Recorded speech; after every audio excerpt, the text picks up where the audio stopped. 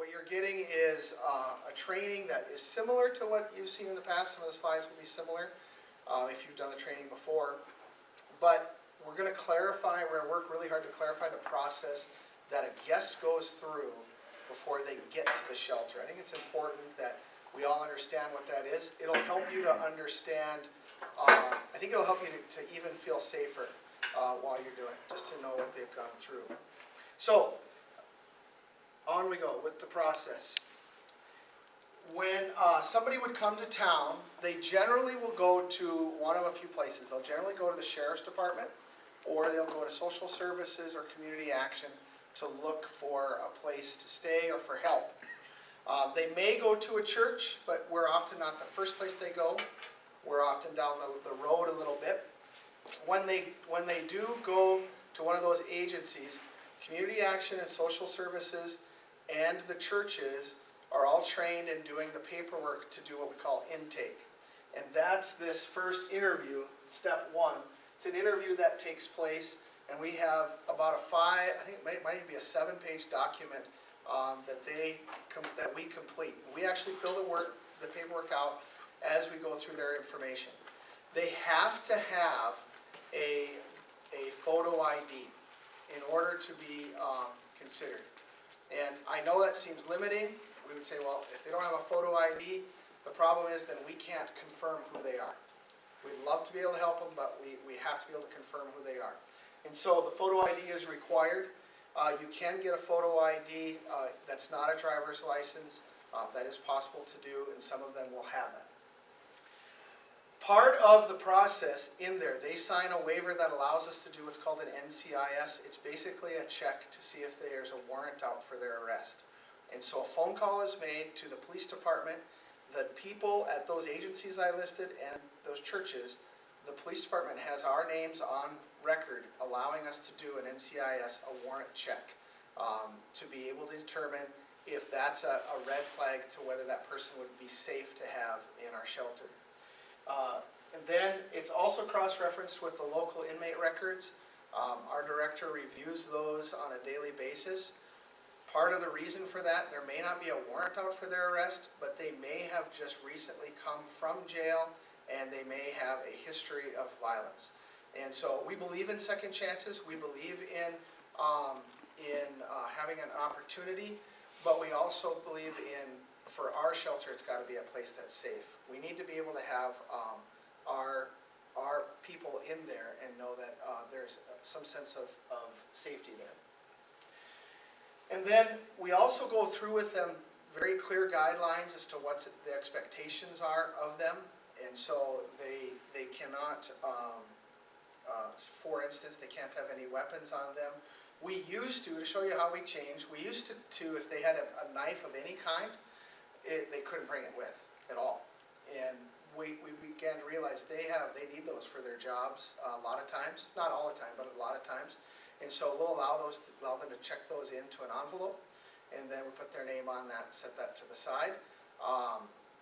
But they can't bring any, of course, any drugs that they don't have a prescription for, no alcohol, those kinds of things. One bag, no pets, and these are all things that people they'll want to bring their pet, they'll want to bring more bags, those kinds of things. And so we need to be consistent with that as we go. No loitering, we go through that information with them. It's a free country. They don't have to stay there all day or all night. And some of them will need to go to work. That will happen. You'll have somebody whose boss might pick them up at 5 a.m., even though the ride isn't until after 5, and so they'll come and get that ride, or they'll just choose to leave. And that doesn't happen a lot in the wintertime in North Dakota, but it does happen. And they are allowed to do that. And so it's not school or anything like that. Their mom doesn't have to call. They can go, but they do have to leave then. They're not allowed to loiter outside of the building, and they can't go out and have a smoke break and come back in.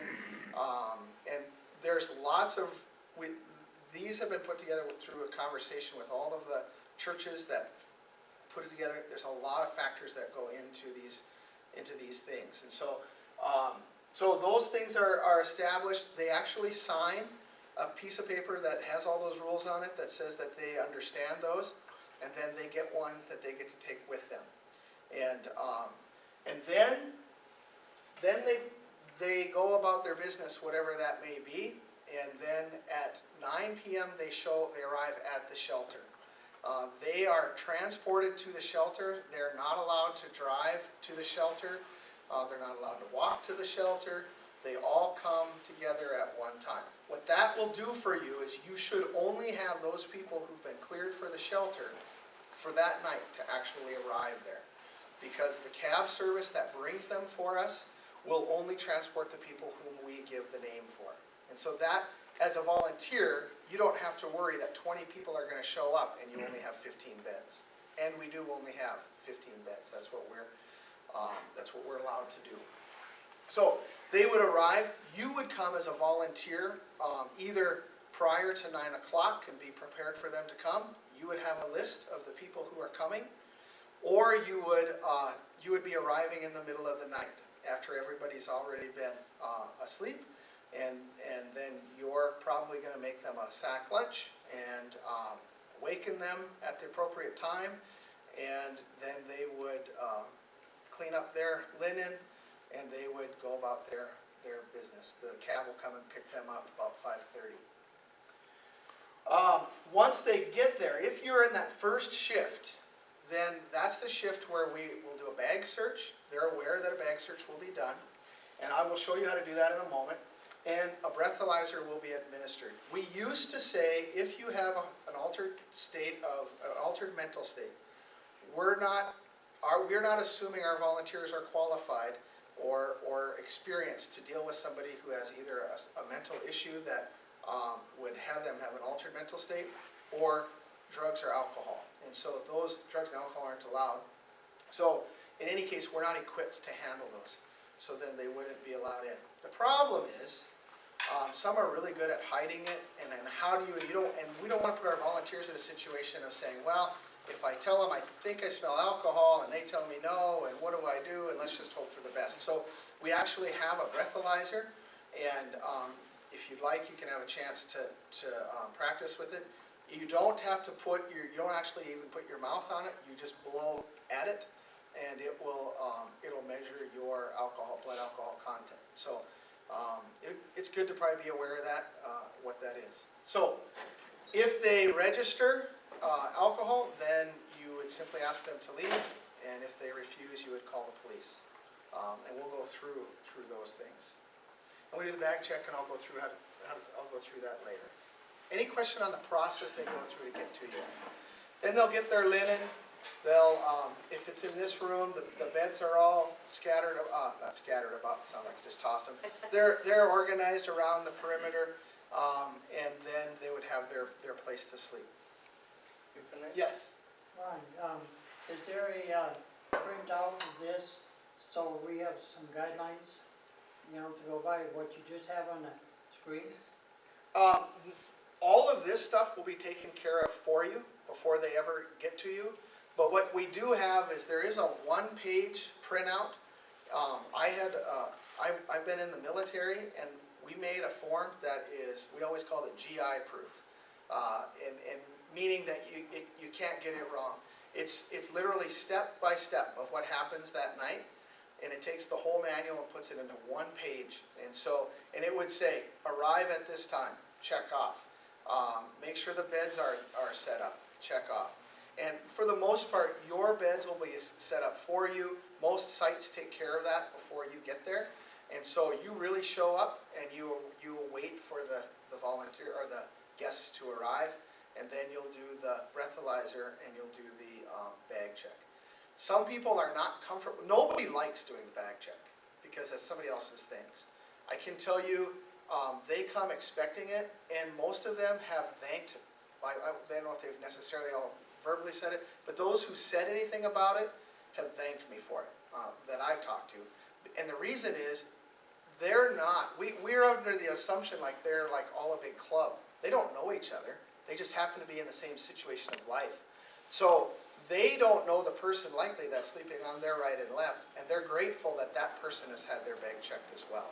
And I'll show you how to do that and help maintain dignity We remember that these are, they're not clients, we don't call them clients, we call them our guests. They are our guests in our churches, and that's how we treat them. And so, but we do have rules, and my brother stayed at my house this last week. He was my guest, but he still took his shoes off when he came in, because I take my shoes off when I come in my house. It's just how it is.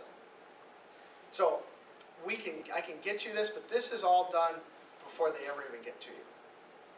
What we found is in prior trainings we didn't cover that, and people wondered, well, what all takes place? And it's just kind of nice to know that the safety features are all in place before they even come. And if they choose to leave during the night, are they allowed to come back in? No, once they walk out the door, that's it for the night. Okay. Yeah, that's it for the night. And so, and that keeps you from having to monitor the door and figure out when they should be able to go and when they shouldn't. We just treat them all the same. Once they're in, they're in. And with the breathalyzer, is there a certain point or anything showing that they've had a drink, basically? It's actually color coded. Okay. Bill, what are the colors on it? It's red, amber, and green. So we will only stop people that are red, which is, the police department has said is .02, so, which is the same as they use for the high schools or whatever dances and things like that. Okay. But how do you kick somebody out when it's 20 below? They don't, we're not kicking them out, they're not coming in. We're not allowing them in, yeah. It's a good question. How do you kick somebody out? The same question could be said, what do you do with the 16th person who needs a place to stay? But we've only been allowed 15, and why, and we ran into it all winter. The last winter was the coldest winter I ever remember, and I've lived in North Dakota a long time, and yet that's the weather that we have. And so this organization, the Churches United for the Homeless, is doing what it can, and that's to shelter from 9 till 6 a.m. And that's what we're able to do. What we've noticed is there's lots of other things we'd like to be able to do, and when we try to extend ourselves, we almost run ourselves out of business because we really don't have the resources to do more. So the answer to that though is, and this is a hard one, people have the right to make bad decisions. And so we had a gentleman come, and the first year, he knew the rules. I explained them to him very clearly. He came, he had alcohol, it was very strong that first night. So we did the paperwork. The second night he was able to stay with us. And we weren't full that first year. So the second night he was able to stay with us. Then he disappeared for about 3 nights. And you start to get to know him, especially in my position or Bill's, where we see the list every night. And so we start looking for, where is this guy? I'm wondering where he is. I'm looking in the police blotter. I'm just kind of keeping an eye out. And then all of a sudden he showed up after several nights of being gone. And he says, I'll bet you wondered where I was. And I said, I did. He said, I came here trying to stay clean, and I found drugs. Which amazes me, because I've lived here 20 years and I couldn't tell you where you'd find drugs. But he found them. And he said, I knew you wouldn't let me in while I was on drugs, and so I had to wait until I was clean again before I could come back in and have a place to stay. We don't have the certification or the people to deal with those who've been drinking or have drugs. Maybe one day Dickinson will have a facility like that, but that's not who we are. So, I just have a problem putting somebody on the street when it's yeah. like that. Where would you put them? Because they can't come to this shelter because we're not qualified for them. So where would we put them? And that's maybe God's calling you to start an organization for rehab. I mean, truly. I'm not trying to sober them up and get them clean. Save their lives Well, they that need night. they Keep need them a place free. where they need a place where they can do that. We're not it. Yeah. And the breathalyzer has been modeled after the Ruth Myers house in Bismarck, because they do that as well. Yeah. So if you've been drinking any time during the day in Bismarck, you can't go to the Ruth Myers house as well. So, Yeah, it's hard. What about the ones that are on chemical drugs? But they choose it. They have the right to choose. If they want to drink, they can choose whether they want to drink or whether they want to have a place to sleep. And that's their choice. And they have that right. So if they blow a red light, are we obligated to get them a taxi? No, they're free to go. They can either go or you call 911. And they'll know, then the rules and they'll know may- that before. They'll know before It's they been ever show up. explicitly explained to them, it'll be by social services and community action. And or us when we do the paperwork, that And- this and is the my- way it is, you're gonna, this is. And my experience has been, if there's a rule, and the knife one was the first one, that was tough, because, you know, we had one gentleman that worked, I know, at a store, and he had a box cutter. And so they knew the rule, and they want to obey it, they want a place to sleep, so he would stash it in the rocks every night. And we just started saying, well, this is ridiculous. It's really not safer to have that knife sitting in the rocks outside of some church. It's safer if we know where it is, so we readjusted our rule there. Yeah. Yes? But breathalyzer takes care of alcohol, it doesn't take care of the drug problem. No, but it's one step further than we were. So you still have to monitor an altered mental state. But it's a judgment call, ends up being a judgment call. It will. Yep. It will. Have you gotten better beds? We have the same mattresses that we've had in the past. It's better than before. Well, It's what we and have. last year, I took a form down to Breakforth Bible Church because as the Eagles, we give thousands of dollars a month away for them to fill out so that they could get cots or whatever. Did anybody ever fill it out? You could bring that, I've never heard I've that, so never you can talk- heard it. you can- I'm this the is director, This is so- a volunteer training though, that's more of an organizational question. And so I would direct you to our director, Bill Kelly, Yeah. if you have, truly. Talk to me anyway. Whatever we do for beds has to fit into our trailer to be able to move That about, might so. be what? So that would be an issue, because we were offered cots by the emergency management team. We were offered cots by the emergency management team, but they wouldn't fit into our trailer well. And then they have to be able to be set up, they also have to be able to be sanitized every night.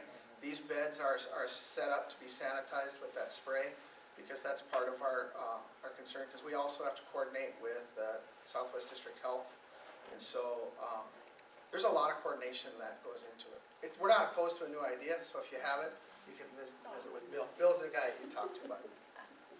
Yeah. Okay? Dealing with challenging behaviors. It could happen. It doesn't happen a lot. Most of these guys, most of the men who come that I've dealt with over the last 3 years, 2 years I guess, they come, they're looking for work, and something happens. I call it a hiccup. They had a hiccup in life. They thought they had a job and it wasn't here when they got here. They thought they had a place to stay and it disappeared while they were on their way. One common one that we ran into the first year were men who were coming who had a trucking job, and something with their driver's license didn't transfer over to the state of North Dakota. And there was a transition of time that it took. And so these are guys that are coming, they want to find a place to, most of them, they want to find a place to work, they want to find a place to live, they're trying to make a life for themselves. And so you're also going to find they're very grateful to have a place to sleep that's not on the street and it's not cold. And so most of them are going, they just want to take care of business and go to bed. You may have, what we found last year is those who had extended stays, which we have now eliminated. We're not going to have them staying all winter anymore. Because some of them, they started to get a sense of entitlement. But that only took place after they had their extended stays. So I don't think you'll have much of it. However, if you have a challenging behavior, some things to consider. One is how we talk to them.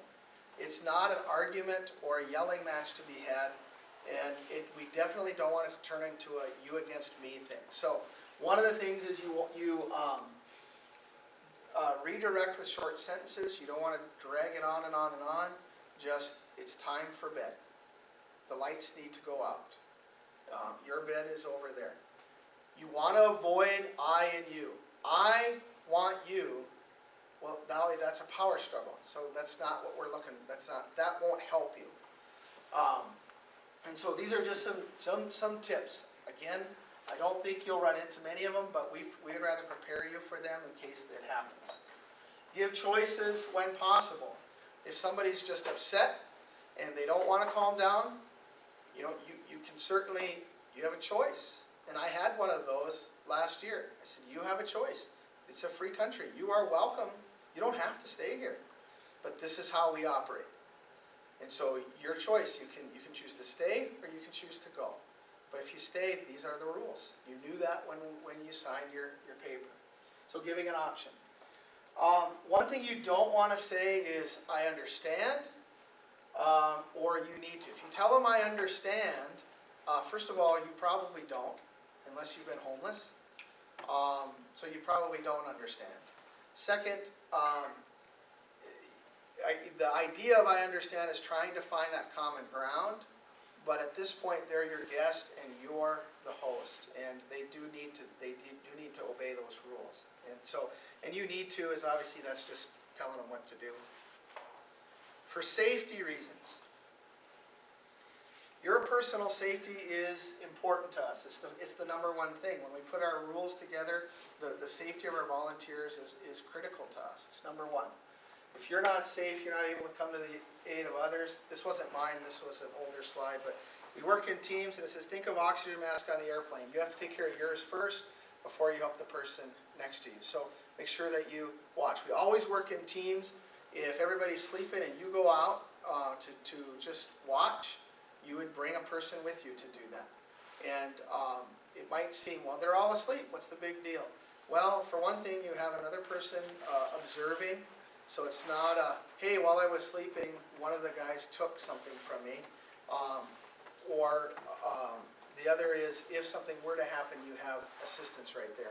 We also have lanyards for each volunteer when they come. You don't get to take them home with you, but for each volunteer, they have a panic function on them, where if you just remove the key, a loud, piercing sound emanates, and it also, if the battery were to fail, there's a whistle on it. And it's just a way to say, I need help. Here's what you'll find. Again, they're not a team. The homeless men aren't. They all want a place to sleep. If one guy is being difficult, you'll find the rest of them will most likely come to your assistance. And they'll tell him, don't mess up a good thing. Don't ruin it. When in doubt, seriously call 911. I know it can seem like overkill. And we've gone through and wrestled with all the scenarios that could happen. And it's been determined, and it's worked well for us, you call 911. You won't have to very often. I can guarantee though, some point this year, 911 will get called for one reason or another. And it may be that a situation is escalating. Somebody's upset. I doubt it, but it might happen. Fire, if you smell smoke, where there's smoke, there's usually fire, or there's going to be, call 911. An ambulance, if there is a medical emergency, we're not a medical organization. Our assumption is you have no medical training. Even if you're a doctor, our assumption is you have no medical training. Now, if you're a doctor, you know better than I do what you're capable and able to do. But we're telling you as an organization, call 911 and let that situation play out. Now, if it's just a cough, they have a cold, we have a mask that they could wear so they don't give a cold to other people. We do have some over-the-counter things, some cough syrup, some Tylenol, that kind of stuff. We can administer some of that. You're not going to administer it, but it's available to them. It's over the counter. So those are, when in doubt, call 911. It's kind of nice. It's only one number you need to know. Confidentiality. This is very important. These men are here, most of them are here looking for work, and it will not help them get a job if in public you identify that they stayed in the shelter. And so confidentiality is important. It's part of how we maintain the dignity of our guests. We treat them with that respect. So the information that's discussed is strictly confidential. And so you may, it may be that so-and-so was had a difficult attitude when he first came in, but now he's calmed down. And well, that's confidential in this group. You may let your site coordinator know, but you wouldn't, who's in charge of that site, but you wouldn't go home and say, man, live, so-and-so, you know, and you wouldn't want to talk about it in church or in public. We want to maintain confidentiality on those things. Also, it says under no circumstances is the business, medical affairs, or identity of clients to be discussed outside party. We just talked about that, taking it home without written permission. Now, we do have a form that allows us to have professional conversations with other organizations in the community for the benefit of that person, and they'll sign that waiver. That's not for our regular volunteers to discern, but if you become aware that somebody has a specific need, you may want to let your site coordinator know that, and then we will take care of communicating. What that allows us to do, for instance, we had a gentleman who needed some medicine, and I got a phone call from Community Action at our church, and because he had signed that waiver, we were allowed to actually discuss him on the phone, and I was able to then call the pharmacy and have his prescription filled, and so we were able to take care of that gentleman in a much more timely manner that we never would have been able to before. And so that's the kind of thing that it's used for. Or it may be, a lot of times I'll give a phone call to job service and say I'll tell a specific person, you can expect this person to come. I'm just sending him to look for a job, and so it helps to them to get through that process a little better. If you breach confidentiality, there are some things with HIPAA, particularly with medical issues, so you just need to be aware of that. It could open you up for a lawsuit, but nowadays you can get sued for anything. It's just if they want to. But this is serious stuff. We don't want to be flippant with somebody's confidentiality.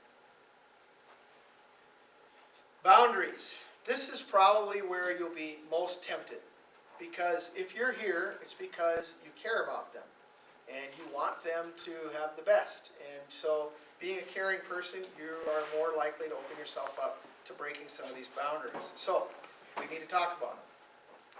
Some of the boundaries. Making a client special and encouraging dependency. So, you don't want to have your favorite guest. And, oh, George, I'm so glad you're back. Which bed would you like? And treating him in a special way. Or, I don't know any guest named George, or anybody here named George, so that's why I picked the name George. George asks that, can I go and, I know we're not supposed to go out and have a smoke, but I'm just dying to have one, and do you mind if I go out and have a smoke and I'll just sneak out the back door and come back? No special privileges that way.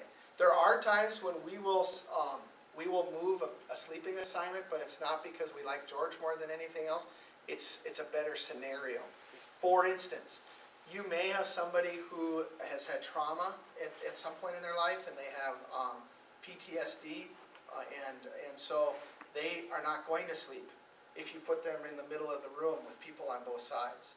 And they need to be able to have their back against the wall where they feel safe. That's important. So last year we had one gentleman that just had a cough that kind of nagged him, and whenever we could, we put him off to the side. In fact, in this room, we probably would have put him off to the corner over there, just because it was better for him and it was better for everybody else. So but boundaries are making somebody feel special and encouraging dependency, encouraging them to be dependent on you. That's bad. Personal sharing of personal information or dumping your own problems. They are not here to counsel you through your difficulties. You're here to provide a place for them to stay. And we kind of laugh, like I look at that and laugh. The person who made this up worked at least one homeless shelter, and I think it was numerous jails. And these are they're things that actually happen. You've had a bad day, and you need somebody to listen to you. That's not these men. That's not their job. Their job is to come and get some rest and go improve their lives. It's not to come and listen to your problems. So if you have problems, save them for your pastor or your spouse or the Lord in prayer. Don't share it with them. Personal information, your first name is enough, not your last name. You don't want to give them your, we haven't had this happen, but we don't want them looking up in the phone book and asking for help. They have agencies to go to. Dual relationships, you are not allowed to date the guests. Making your own rules, we talked about that, letting them come and go a little different. Altering your limits, seeing yourself as unique above. This is one that can happen where we say, well, you know, I'm the chairman of the board. I can go ahead and let them have 2 bags if I want to.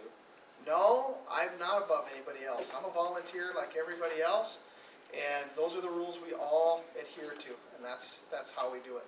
And so I don't have the superiority to go ahead and change the rules for somebody else.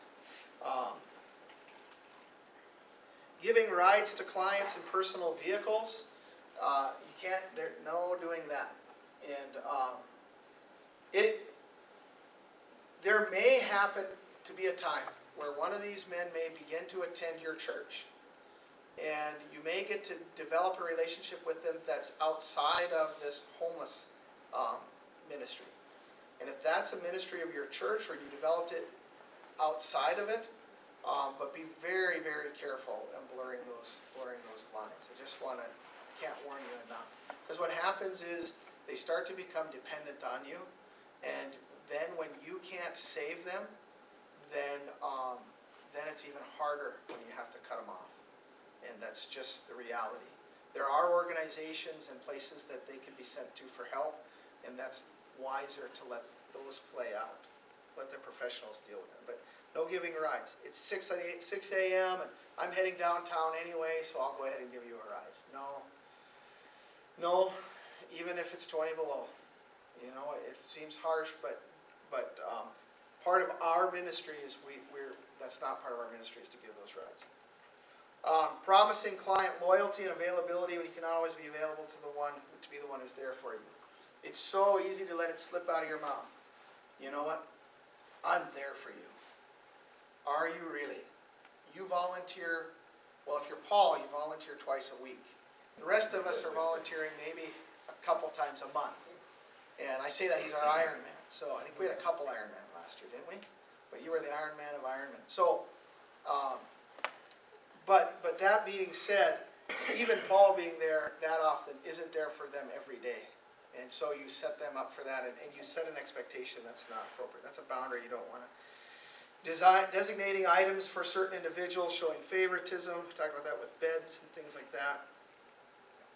Scenarios, we're not going to role play, but we'll just take a look. A guest is being inappropriate with a volunteer. Might start asking about your personal life. Just simply say, you know, we're not allowed to share that information. And so the other thing that can happen, well, let's see, a guest is becoming increasingly agitated, starts out pleasantly confused, but it's obvious they're escalating.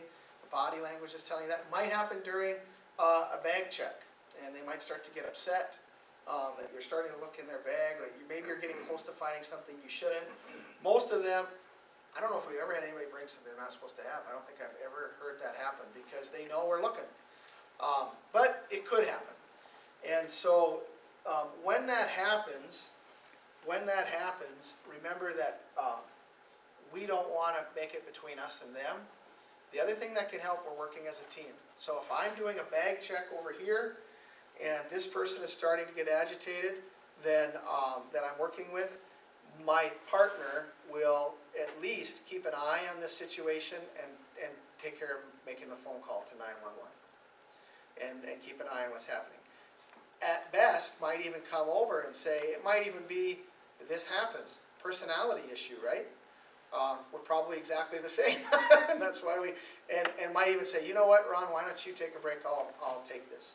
And then now you got the good cop that came in and gives that the opportunity. But we work as a team. Guest who's angry at God. That may happen. They're staying in a church. They're going to expect that everybody that volunteers is got a master of divinity, and that your theology is, you can quote every verse in the Bible, and you can tell them why God allowed this to happen to them. You're not there to counsel them. Now you can listen, but you need to be careful. You need to be aware that particularly you don't want them talking all night when everybody else is trying to sleep. It's always appropriate to direct them to come back when the pastor is going to be there. You might wanna ask your pastor if they want them coming. Yes. I'm betting they do, that's a terrible joke.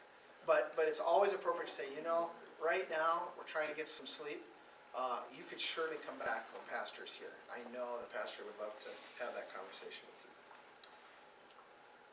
A guest who is lonely, hey, can I get your cell number and we'll touch base? No, don't give them if you're not giving them your name, you certainly shouldn't give them your cell number. And could I borrow $5? No. Even among the churches, the pastors talk because we have the people who will come, and some of them, many of them have a legitimate, they just have a need and and they move on. But some of them start to go from church to church to church, and person to person to person, and you're not helping them by giving them another $5, another $10. The other thing you're doing is you're telling them you're an easy target and they're going to come back for more. And so the best thing to do is to come to the shelter with no money. But have your cell phone on hand so that you can make a phone call if you need to. And the truth is, we're telling you, the board is telling you, you're not allowed to give them money. So your answer is, I'm sorry, I'm not allowed to do that. If you have a need, come back to the church later today. Or you can go to social services or community action. Sometimes you'll get this answer, I've already been there and they won't help me. If social services and community action won't help them, that's a sign. Because they have more information than you do and more experience than you do. Okay. Sincerely, thank you. This is one of the more interesting organizations I've been a part of because we have no office.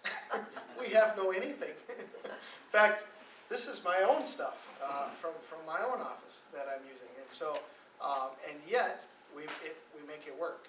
And so it's an amazing thing, but it's done on the backs of our volunteers.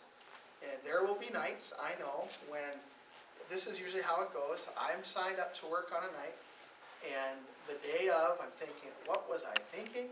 It's going to be so late, and I'm going to be so tired. And then from the moment that I start to serve, I remember how joyful it is. And one of the greatest joys is getting to know people I never would have gotten to know in any other way. And I find out that Dickinson truly is a beautiful community, full of people who care. And that's why I fell in love with it back when I came to college, and I still do to this day. So, before we do a bag search, are there any questions? Yes? What about cell phones? Everyone has one, and you got 10 people, and it wakes other people up. Do we collect them? No, we don't collect cell phones. They're allowed to have their cell phone. In fact, some of them will use it as an alarm. They haven't been a problem. It's just part of everyday life now. Everybody's got their phone.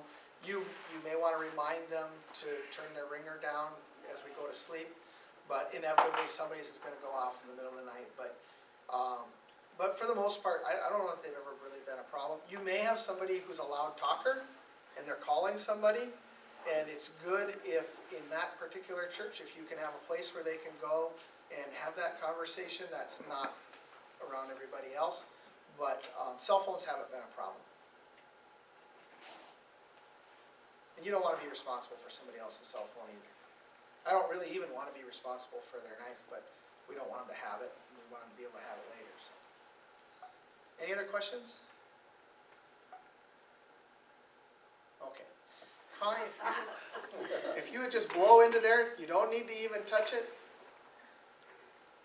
Oh, good job, Bob. You passed. You must have been studying for that test all day. Good job. Okay, Bob, we need to do a bag check. Would you mind emptying your bag out onto the table?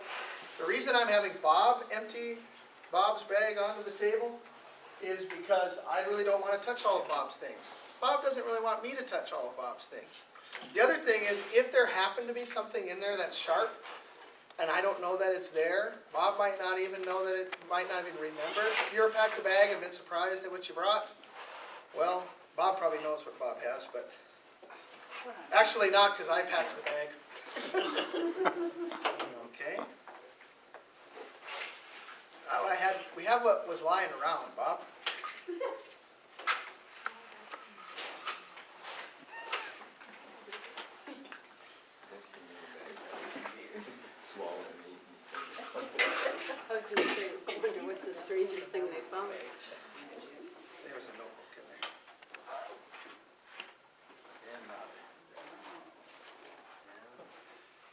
And now here, this is pretending to be a shaving kit, but you know, you could have a lunchbox. Bob, if you'd open that up for me too.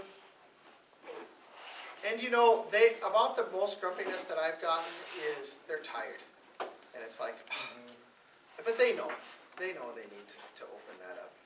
And if you'd open this outside one, there's one more zipper. Look for all the compartments. And then the last thing, Bob, if you would please just take off, I see you got your coat there, if you would set your coat here and your hat. We don't do pat-down searches, we don't touch the person. Depending on, you may, if you suspect, I mean, you could have them take off their boots. I don't usually do that. This is about what I'll do. And then I'll ask, Bob, do you mind if I, can I go ahead and look through this real quick? I want you to watch though, while I'm here. And so, we actually will open these things up. And You'll it's, have gloves on. yep, we'll have gloves on. We'll also have a flashlight. And I don't go reaching into pockets, just pat. And if there's nothing in there, then I'm not concerned. And then I set it off to the side. Looking into all the bags, you'll have a flashlight you can look in the nooks and crannies. And then we'll set that to the side. And set that to the side. And, oh, Bob, there's something in the pocket. Would you mind taking that out of the pocket, please? Bob has no idea what Bob's about to do. Oh, you must, Bob, is this for work? Yep. Box cutter? Okay, this we're not allowed to have in the shelter. You can have it back, I just need to check it in tonight. So I'll get the envelope, put Bob's name in, set that there. Okay. All right. Here. Anything in the pockets I should know about? No? I hope not. And the reason I put this in here is a reminder. They can have a prescription drug. It just needs to match their ID.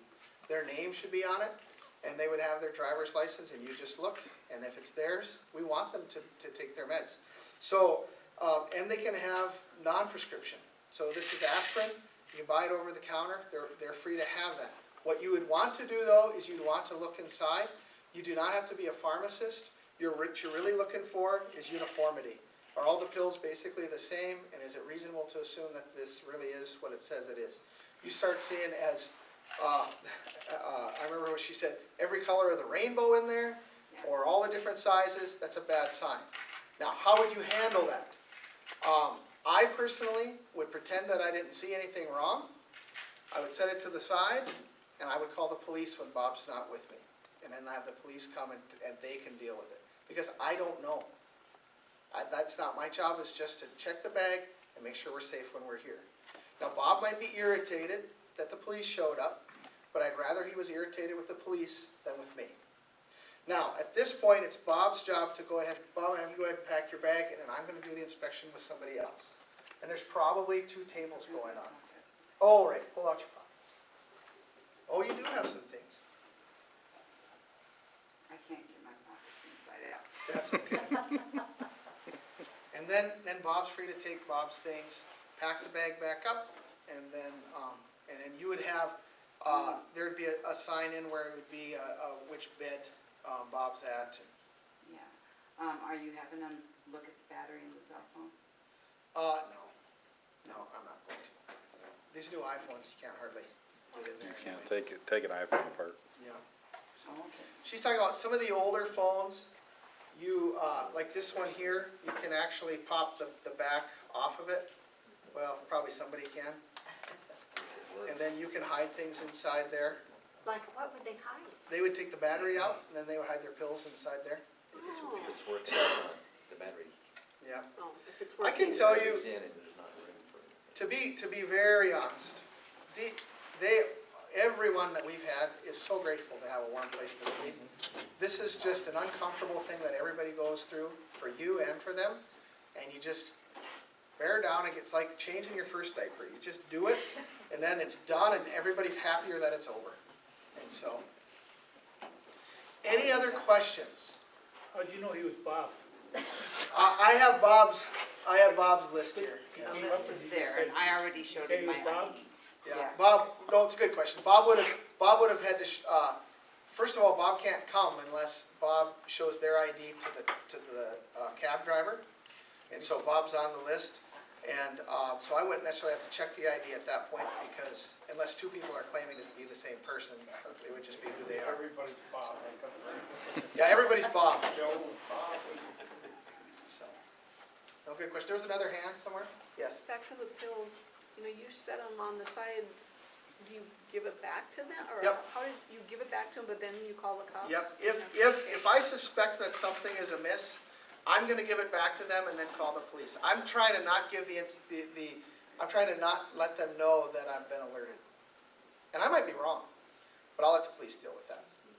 And the truth is, we would like the police to come once in a while and just do a walkthrough and just have a presence. And we like them to have the expectation that this is something that's noticed and aware. The police too get a list every night. The list of all the sheltered guests goes to, Bill actually puts together our director, but I get that list, the site coordinator gets that list, and so does the police department. So every single night, they know who's in the shelter at any given time. There was another question. Right, talking about the police now, in their screening, they do the pat down? No, the police won't even see them. They take the information off of the driver's license, and then they're just doing a warrant check. Is there, So if they have a weapon in their boot or anything like that, what? it is possible because there's no pat down. There's always some way around it. But they're in sight. In most of these churches, it's just like this. They're in the fellowship hall of that church. And so it hasn't been a problem. But is there a possibility? There is. And that's why we always work in teams, and that's why all the other safety features are in place. Yeah. And there is no perfect. Most have said they feel, if anything, if I've got any feedback, it's either thank you or, man, you guys are a little bit too strict. You go farther than others would. But we know that our volunteers are our bread and butter. We're not a professional agency that way, and so we're doing what we can to provide the safest environment we can. So, If they have a shaving kit with a razor in it, can they take that? yeah, shaving kit with a razor, very few are gonna have that straight blade. If it's a straight blade, you would wanna take that, but if it's just a razor to shave, like a Bic, whatever, they can have that. But if it's a blade, you would wanna take that. But they get it back. Ron, well, I'm an Iron Man too, but I've been to a lot of them just like he has, but I have never seen the police come into never. I've seen it only a couple times. I've never Yeah. seen it. I've only seen it a couple times. I would like to see it more often, to be honest. I would I think it too. would make us, the people that are watching the guests feel a little more, Yeah. that at least we're doing something that somebody's watching us a little bit. I would too. They are watching you, even if it's not sitting there with you, because they are a part of this process all day long. What happens is the person sits down and the conversations go between the intake and between Bill and the police department, and so they're more involved than you might know from a visual standpoint. Would I like to see them around more often? I would. The problem is they're just taxed so Well, I much. understand. And the thing is, we've had a track record that hasn't warranted a lot of attention because it's gone smoothly. So we prepare for the worst and hope for the best. And that's what we've gotten so far. Yes, Joe? If I could just say one thing is, any times that I felt unsafe last year, it was only because the volunteers were not following the rules. That, to me, rules are really important to follow. When you're letting down your guard and you're becoming friends with people, and when you're, buying them special things and, just stuff like that, that makes the situation uncomfortable to me. And I never once felt unsafe with the men. I just felt like some of the people that I've worked with we just need to follow the rules, because that just makes it so much more healthy environment, and it just makes it, so much more, comfortable for all the volunteers. Just for the sake of that camera, in case we didn't pick that up, because I would echo that. And that's one thing we've said, we really want to have consistency in our rules. And that way we all know what to expect. Because if you show up one night and they're following the rules very closely, and you show up the next night and somebody's being flippant with some of the rules, then you don't know what ground you stand on, and it's just difficult to know. If you suspect or you hear of a need that somebody has, and for one we've run into a lot is, I need fire retardant clothes in order to get this job that I want, and I have a chance at this great job to get started. There are places that will help, and if you just alert your site coordinator, they can get that information to Bill, who can get it to who needs to know. And we've arranged for work clothes to be purchased for men or for whatever, and so you don't need to feel, and if you want to donate to that, the Dickinson Churches United for the Homeless is taking donations. This while it's run by volunteers, it doesn't run for free.